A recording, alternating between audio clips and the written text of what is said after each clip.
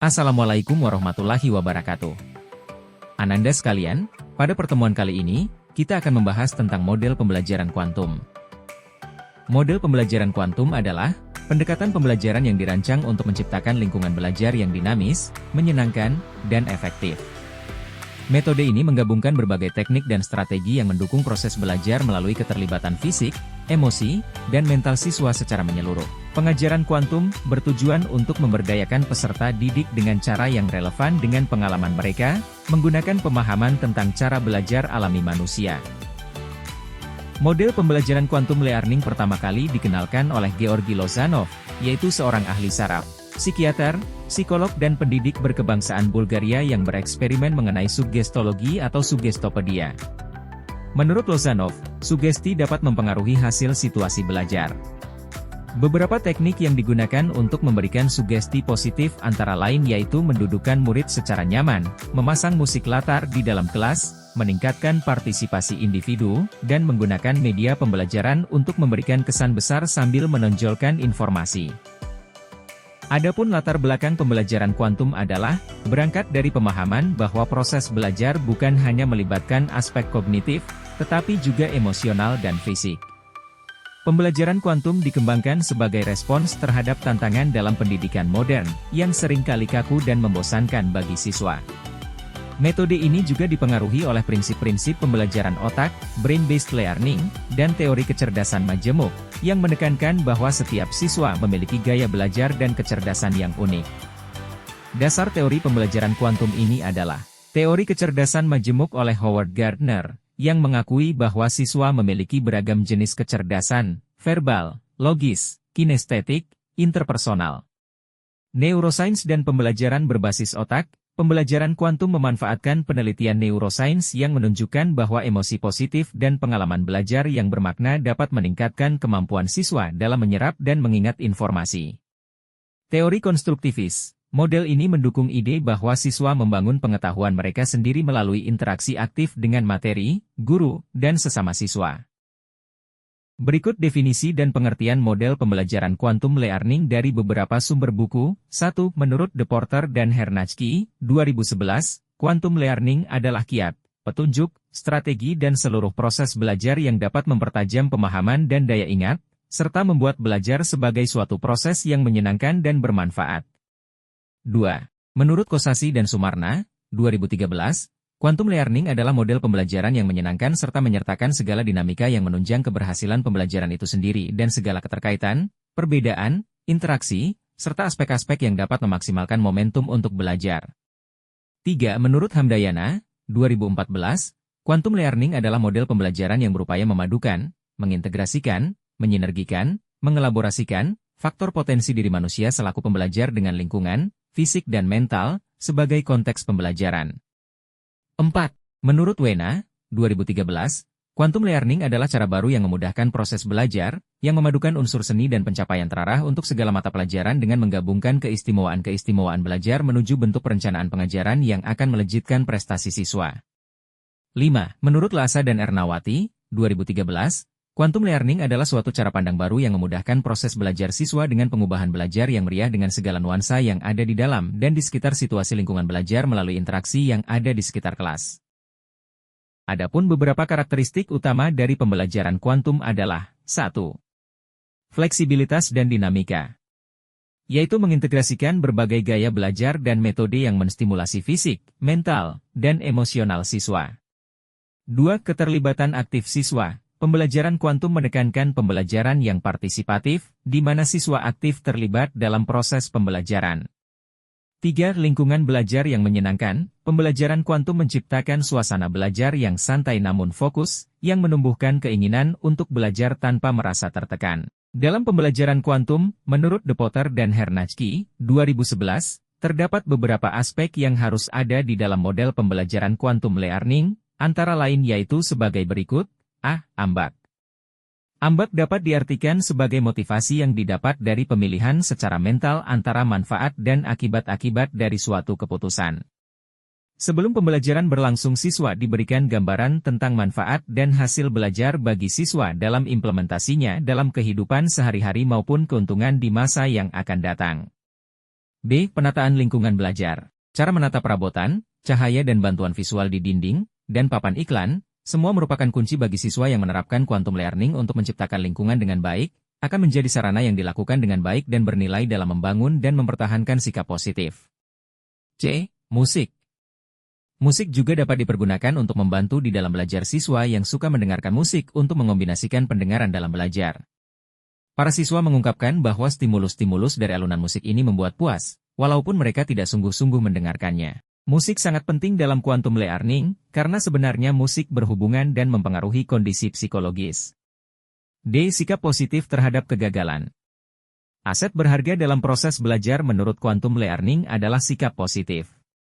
Kalau individu memiliki harapan yang tinggi terhadap dirinya, harga diri yang tinggi.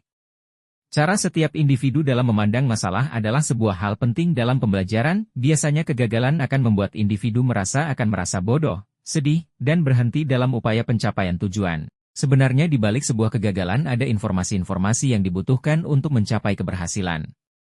Untuk menekankan sikap positif pada setiap individu maka dibutuhkan umpan balik dari kita, bahwa setiap hal yang berhasil maka di dalamnya selalu didahului kegagalan kecil.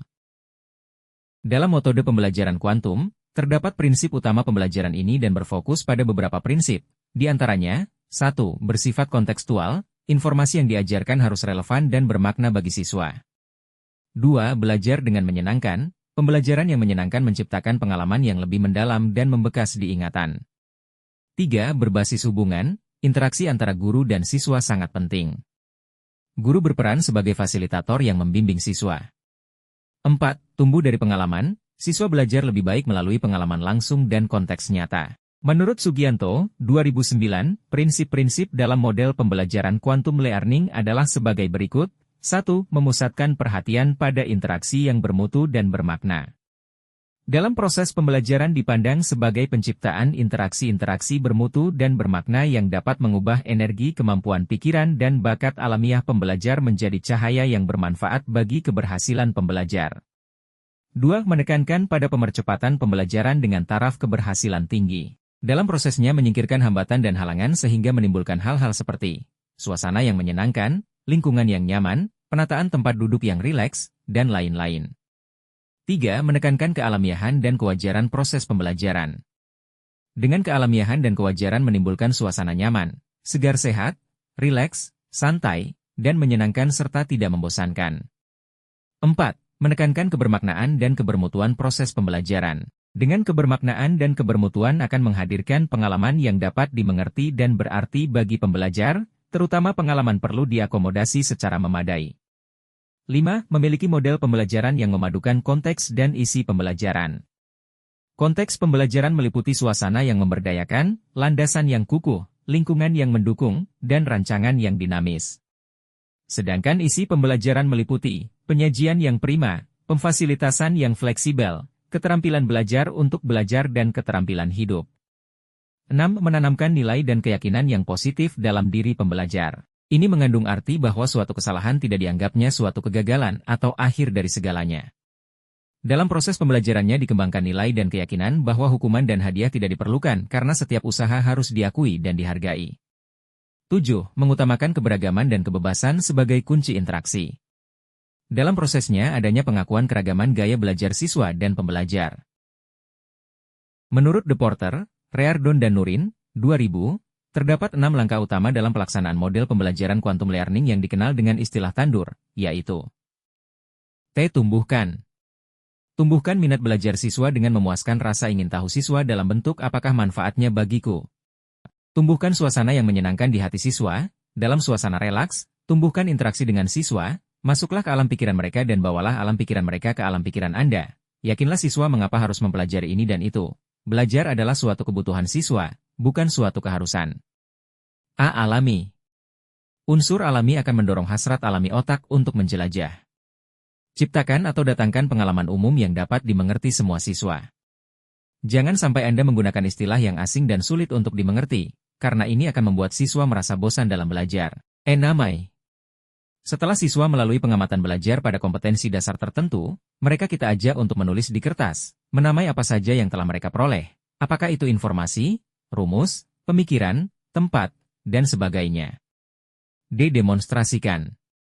Setelah siswa mengalami belajar akan sesuatu, beri kesempatan kepada mereka untuk mendemonstrasikan kemampuannya, karena siswa akan mampu mengingat 90% jika siswa itu mendengar, melihat dan melakukannya. Melalui pengalaman belajar siswa akan mengerti dan mengetahui bahwa dia memiliki kemampuan dan informasi yang cukup.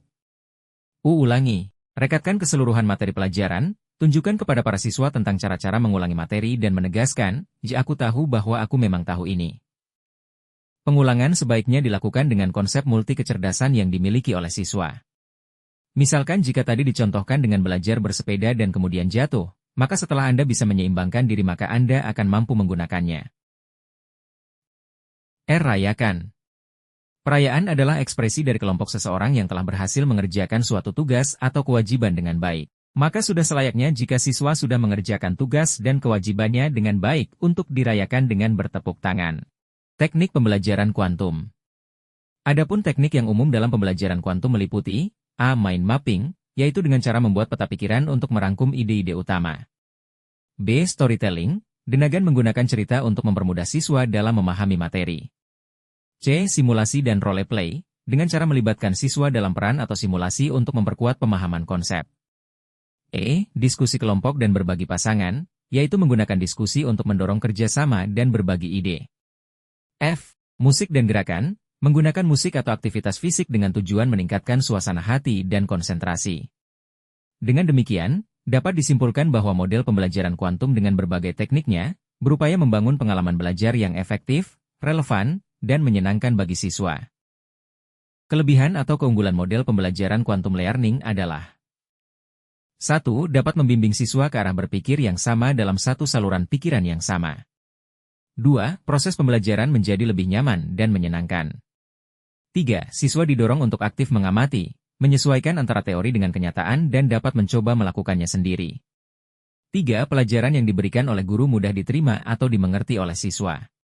Sedangkan, kekurangan atau kelemahan model pembelajaran quantum learning adalah 1. Memerlukan kesiapan dan perencanaan yang matang di samping memerlukan waktu yang cukup panjang yang mungkin terpaksa mengambil waktu atau jam pelajaran lain. 2. Fasilitas seperti peralatan, tempat, dan biaya yang memadai tidak selalu tersedia dengan baik. 3. Karena dalam metode ini ada perayaan untuk menghormati usaha seseorang siswa, baik berupa tepuk tangan, jentikan jari, nyanyian dan sebagainya dapat mengganggu kelas lain. 4. Banyak memakan waktu dalam hal persiapan. Demikianlah materi kita hari ini, dapat kita lanjutkan minggu depan dengan materi selanjutnya. Terima kasih atas perhatiannya.